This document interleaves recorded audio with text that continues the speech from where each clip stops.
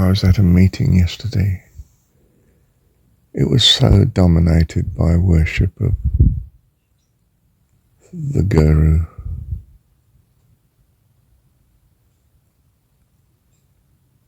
I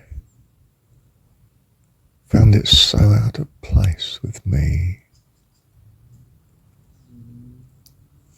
It was so hard to hold to my, if you like, concern for them as opposed to against what they were doing.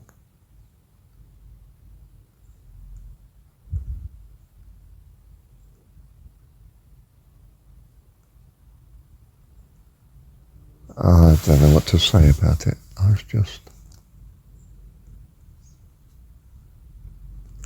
I feel guilty on reflection that I wasn't more supportive, more loving in the meeting. I said virtually nothing. Enough just to get by, for it was a very small meeting.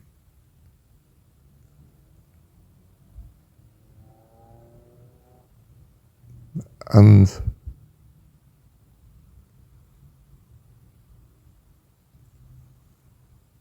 it was hard for me to hold to the loveliness of the people there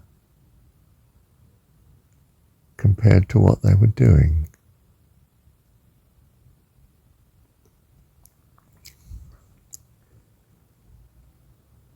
It's so utterly wrong, I feel in my heart, to be worshipping man and not God, or worshipping anything less than God, and to be clear in one's mind, no, it's God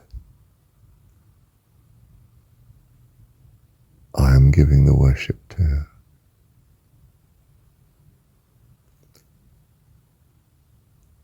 It's absurd to give it to anything less.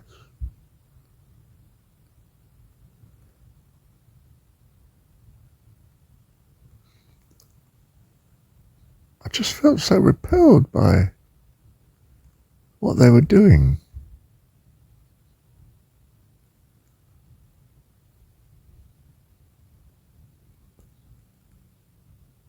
Yeah. You see, it's not the way. It's the wrong way. I care for each person in the room. There's only 1, 2, 3, 4 other people there. I know their needs. I know them well. Well, one of them not quite so well, but well enough. Yeah, not so well.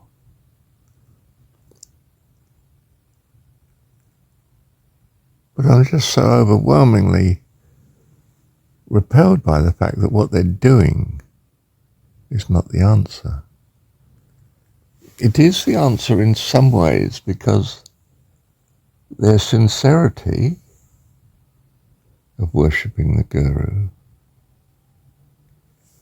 is actually driving them in a good direction in some ways. And it's helping them to cope with life, unquestionably. And they could take this devotion off like a garment, should they realize and need to in the future. And possibly from it know better how to love God. Just as when we fall in love with someone and life is wonderful because we love them. But then as time wears on, perhaps circumstances change. And they no longer love us, and perhaps we no longer love them in that way. or at least not benefiting from it anymore. And we learn greatly by it. In what way we want to love God and want to know the way in which we want Him to love us.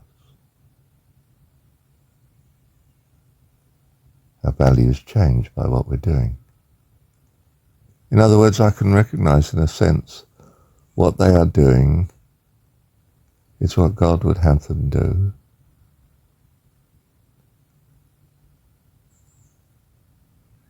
But if they realized, which they don't,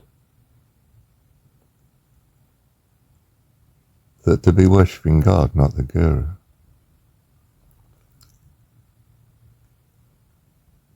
is actually what they need.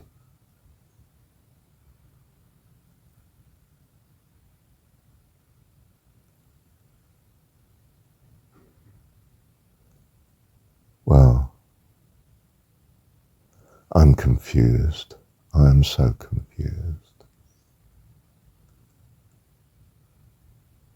I know God is allowing it and He's blessing them.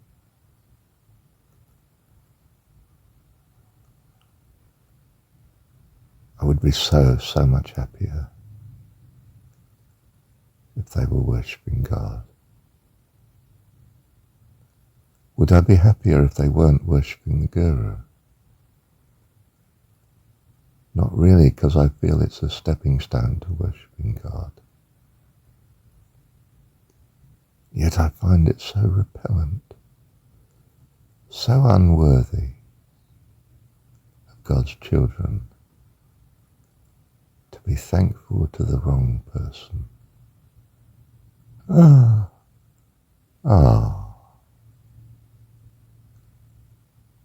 Our love should be for God. That is my desire. I've got a tune in the words of a song in my mind. This is my desire, to honour you. Lord, with all my heart I worship Thee. This is my desire, to honour you. Lord, with all my heart I worship Thee. All that is within me, I give Thee praise. All that I adore is in you. Lord, I give you my heart, give you my soul. I live for you alone, every breath that I take, every moment I'm away.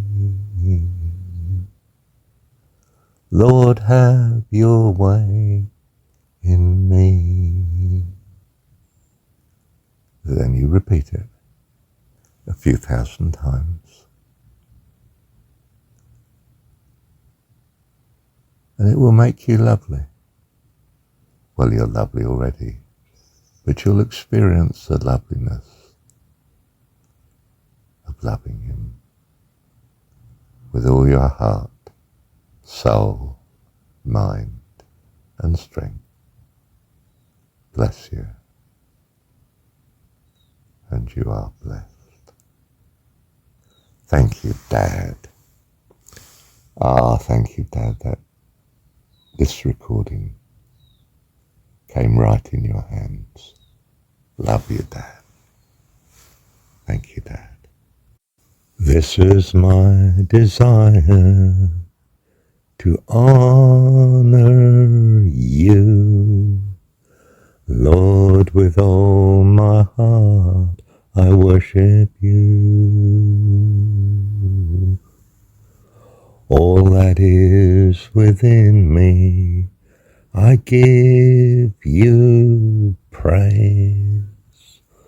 All that I adore is in you. Lord, I give you my heart, give you my soul. I live for you alone, every breath that I take, every moment I'm awake. Lord, have your way in me. This is my desire, to honor you, Lord, with all my heart. I worship you. All that is within me, I give you praise. All that I adore is in you. Lord, I give you my heart, give you my soul. I live for you alone, every breath that I take, every moment I'm awake. Lord, have your way